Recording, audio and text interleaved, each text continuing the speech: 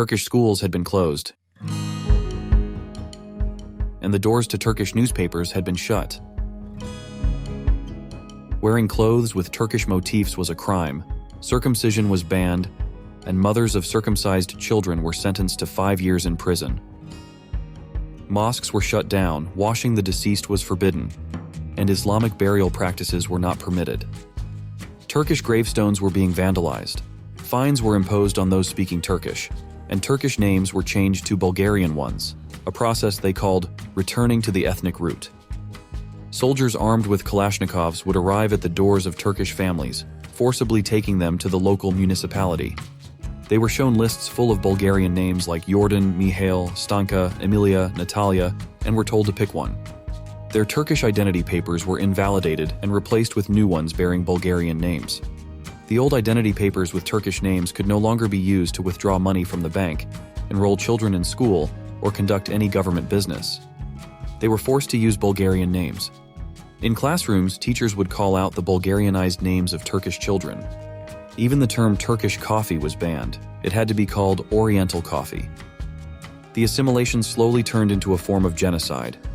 Between 1980 and 1985, more than 1,000 Turks were killed, and the Belene torture began.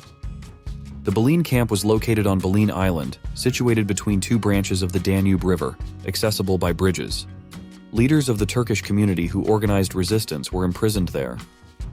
There was no heating system. People froze in the snow and winter. After dark, they were not allowed to use the bathroom. Instead, they had to use buckets in the barracks. Even those with burst appendicitis were asked, "Do you accept being Bulgarian?" Those who said no were left to die. Pork soup was frequently served. If you refused to eat it, no bread was provided on those days. Turks were conducting a hunger strike unto death. The collapse of the Soviet Union was imminent.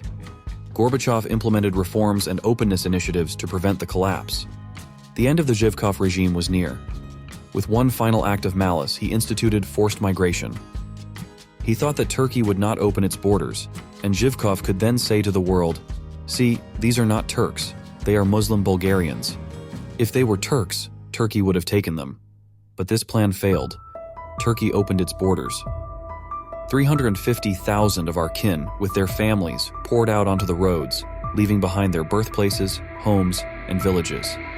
They entered the homeland through Kapıkule and Deriköy, mostly on foot, as well as by train and car. It was the largest migration in Europe since World War II. Half settled around Bursa, the rest in Istanbul and Anatolia. In 1989, our kin who migrated to their homeland worked with honor and dignity, setting an example for all of Turkey. They became exemplary workers in factories, trusted merchants whose word was their bond, and raised children who were honest, patriotic, and modern. They never accepted unearned aid from the state. And our national hero Naim Süleymanoğlu passed away on November 18, 2007. The news of Naim's death and his funeral was treated like a sports story, only reported in the sports pages. Naim Süleymanoğlu, rejecting an offer of $10 million in cash and $100 million in advertising deals brought by Americans in a briefcase, sought asylum in the motherland. He became an inspiration and guiding light for our kin suffering under the Zhivkov regime. He helped tear down walls and doors, becoming a symbol of freedom. Naim brought more than just medals to Turkey. He brought us 1 million honorable, dignified, exemplary citizens. In memory of the greatest weightlifter of all time, Naim Süleymanoğlu, and the Honorable Turks, with respect.